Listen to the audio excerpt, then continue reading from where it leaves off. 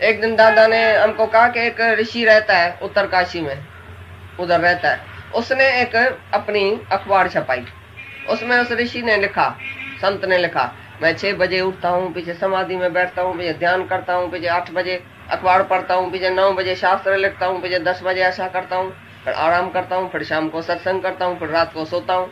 दादा ने बोला, बड़े में बड़ा दे अध्यासी, दे अहंकारी है तो यही संत है।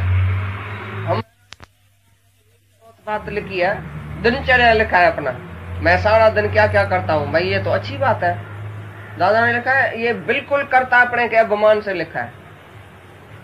मैं उठता हूँ, मैं बैठता हूँ, मैं खाता हूँ, मैं सत्संग करता हूँ, मैं तो इसकी गई नहीं, तो बाकी क्या लिखा? प्रेम में नेम होता है क्या? जहाँ प्रेम है तो नेम ही जो टूट जाता है। तुम कैसे बोलता है मैं 4 बजे उठता हूँ, अगर 5 बजे उठा तो तुम्हारा किताब तो खलास हो गया। किताब में तो तुमने लिखा है मैं 4 बजे उठता हूँ, ऐसा करता हूँ, ऐसा करता हूँ, मैं हूँ। ये कर्ता अपने के अभिमान वाला है संत। ज्ञानी को पता भी नहीं लगता ये दिन है कि रात है, 5 बजे है कि 4 बजे है। मैं इतने बजे ये करूंगा, इतने बजे ये करता हूँ, कल मैं ऐसा किया, कल मैं ऐसा करूंगा। ये आसुरी संप्रदाय का लक्षण है कि ज्ञानी का लक्षण है? ज्ञानी को पता है तो अभी 6 बजे है कि 8 बजे है। मैं 8 से 9 ऐसा करता हूँ, 9 से 10। हमको पता है 9 से 10 हम किधर जाएगा, पता नहीं कौन सा काल लेके जाएगा, किधर जाएगा। शायद कलकत्ते में हमारा होवे कोई अभी अंजल, तो शायद कलकत्ते उड़ के जाऊं। हमको क्या पता कि 9 से 10 क्या करूंगा। 5 मिनट पीछे हम क्या करेगा हमको क्या पता। न जानो जानकी नाते सवारे सू सवानो छे। जानकी नाथ को, रामचंद्र को नहीं पता था कि कल सुबह को क्या होगा। भाई मैं वनवास जाऊंगा कि तख्त पर बैठूंगा। तुमने तो सभी ने बोला भाई कल सुबह को ना रामचंद्र जी तख्त पर बैठेगा, राजा होगा, कल सब आना। रात को प्रोग्राम बनाया। अरे ज्ञानी 1 मिनट के बाद भी पक्का नहीं है कि प्रोग्राम पक्का है कि नहीं है। 1 मिनट पीछे क्या होगा, 1 मिनट पीछे पहले क्या हुआ, जिसको ये पता नहीं है वो ज्ञानी है। तो उस भाई को पता था 6 बजे उठता हूँ, 10 बजे सोता हूँ। तुम उठता भी है और सोता भी है, तुम्हारी आत्मा सोती है। दादा बोलता है मैं जागा नहीं जो तू, कभी मैं सोया नहीं। हम नींद ही नहीं करता हूँ, नींद भी मेरी समाधि है। हम कभी सोया ही नहीं है, नहीं उठता हूँ नहीं सोता हूँ। ये शरीर में आके, और तुम ये सब लिखा ना दिनचर्या। कोई गुरु दुनिया के बोलता है तो तुम सारे दिन में अपना पाप लिख के आओ, कर्म लिख के आओ, पुण्य लिख के आओ। की गुरु थी एक, वो बोलती थी, पहली गुरु थी इसकी, वो बोलती थी तुम कितना वाड़ी विकार किया और कितना टाइम विकार चला, तुम्हारे को मन आया, कितना टाइम चला घड़ी देखना भाई। क्रोध कितना टाइम चला, द्वेष कितना टाइम चला, अहंकार कितना टाइम चला, इच्छा कितनी हुई, लिखना, फिर मेरे को बताना। और ये जाके मन में ही पड़ा, मन के विकारों में ही पड़ा, सारा दिन कॉपी किताब लिखता था। आत्मा भूल गई। आत्मा कितने बजे तुम होएगा? अगर मैं मन हूं, मैं शरीर हूं, मैं विकारी हूं, विकार लिखता हूं, पाप लिखता हूं, झूठ लिखता हूं, कर्म लिखता हूं। ये दुनिया के गुरु एक खड्डे से निकाल के फिर दूसरे खड्डे में। आत्मा कोई बताता ही नहीं है। Modern world does not know about आत्मा। और आजकल का गुरु भी आत्मा को नहीं जानता है। वो सब शरीर में फंसे हुए, पांव पड़ो, हाथ जोड़ो, शिव भगवान की पूजा करो। बड़े बड़े संत शिवरात्रि मनाते हैं, बड़े बड़े संत गुरु नानक मनाते हैं, बड़े बड़े संत कृष्ण का दिन मनाते हैं। भाई आओ तो कृष्ण का जन्म हुआ है तो पिंगे में उसको लौटाते हैं, ऐसा करते हैं। भाई माता पिता के कुख से पैदा हुआ है, वो बोलते हैं मैं हूँ स्वयं भव, मैंने कभी जन्म लिया ही नहीं है, मैं निराकार साकारों के प्रगट हुआ हूँ। तुम बोलते हैं उसने जन्म लिया है। भाई आओ जी, जन्म लिया है कृष्ण ने। ये बड़े बड़े संत जन्म में और मरने में लाता है तुम्हारे कृष्ण। किसने सच जाना है? हमारे गुरु के सिवाय किसने भी सच नहीं जाना है।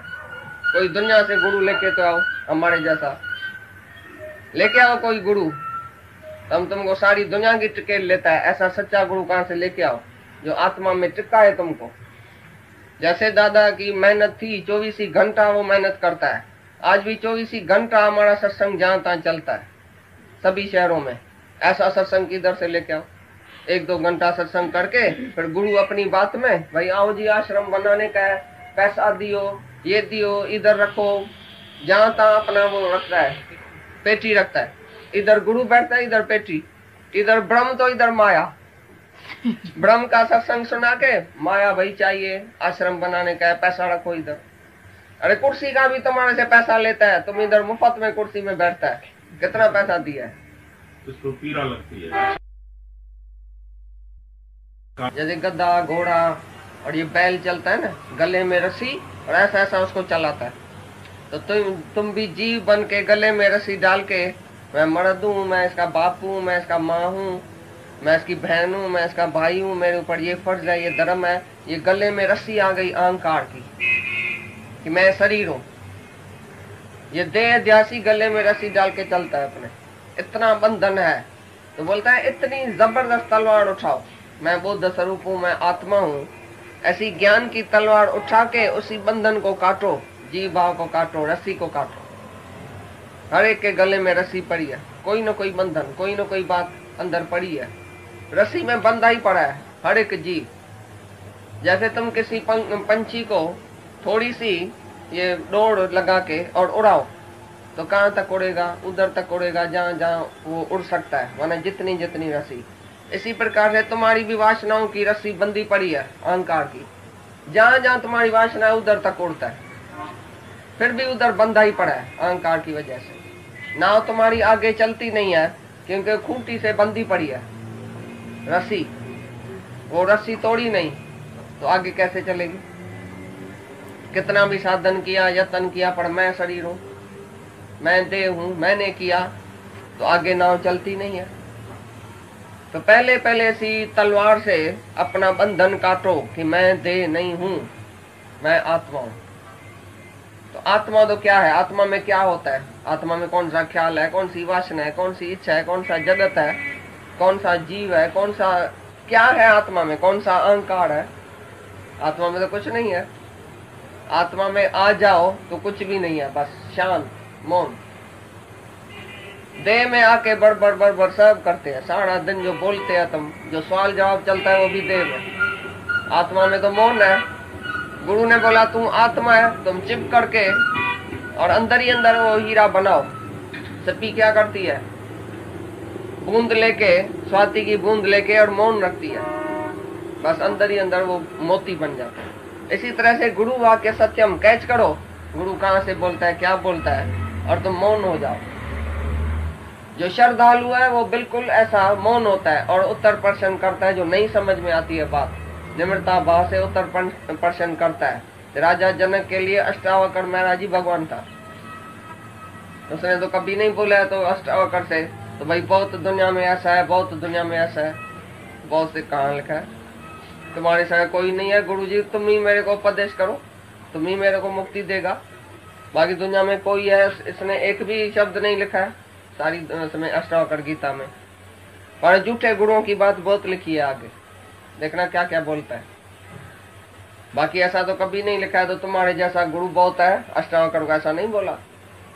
तो अष्टावक्र उसको लात लगा के निकालता था, जो जाओ, दूसरा गुरु है तो उधर जाओ, जहां तुम्हारा विश्वास है उधर जाओ, लेकिन तुम्हारे लिए मैं हूं, मेरे लिए तुम है, बस। अर्जुन और कृष्ण बोलता है वो मेरे से अदृश्य नहीं है, वो मैं उनसे अदृश्य नहीं हूं, बस। वो मेरे को देखता है, वो मेरे में ही वर्तता है। 24 घंटा उसको भगवान ही याद है कि भगवान क्या बोलता है, गुरु क्या बोलता है।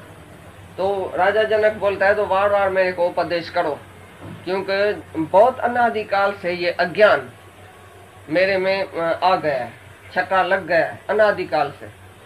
इसलिए बहुत बारी तुम उपदेश करके, गुरु बहुत बारी डंडा लगा के तुम्हारे को जीव और ब्रह्म को ऐसा करता है, शरीर को और आत्मा को अलग करता है। डंडा रोज लगाता है कि तुम देह नहीं है। तो बोलता है ऐसा वैराग, ऐसा विचार दियो हमको जैसे हमारा अज्ञान नाश हो जाए। तो बार बार बोलता है तुम अपने को आभास नहीं समझो, परछाई नहीं समझो। जीव परछाई है, जीव कोई सच नहीं है। ब्रह्म जो है वही सच्चा जो है दर्पण है। तो तुम अपना आप नहीं देखता है, उसमें परछाई देखता है। जीव है परछाई मात्र, आभास मात्र। तुम आभास नहीं बनो, तुम तो ज्यों का त्यों आत्मा है, तुम भगवान है। अपने को आत्मा करके जानो, शरीर तुम नहीं है। स्वीकार नहीं है।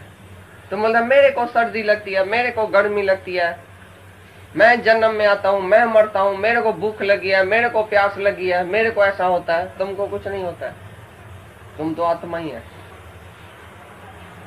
आत्मा को कुछ होता है? ये सब बाहर भीतर का ये धर्म है, अंतःकरण का, शरीर का, मन का।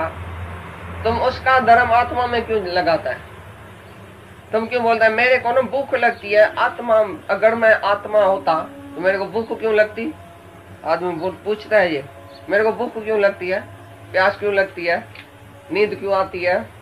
वो बेचारा गरी गरी नींद में सोता है, वो जगाता है उसको, उसका ध्यान ही उसमें है।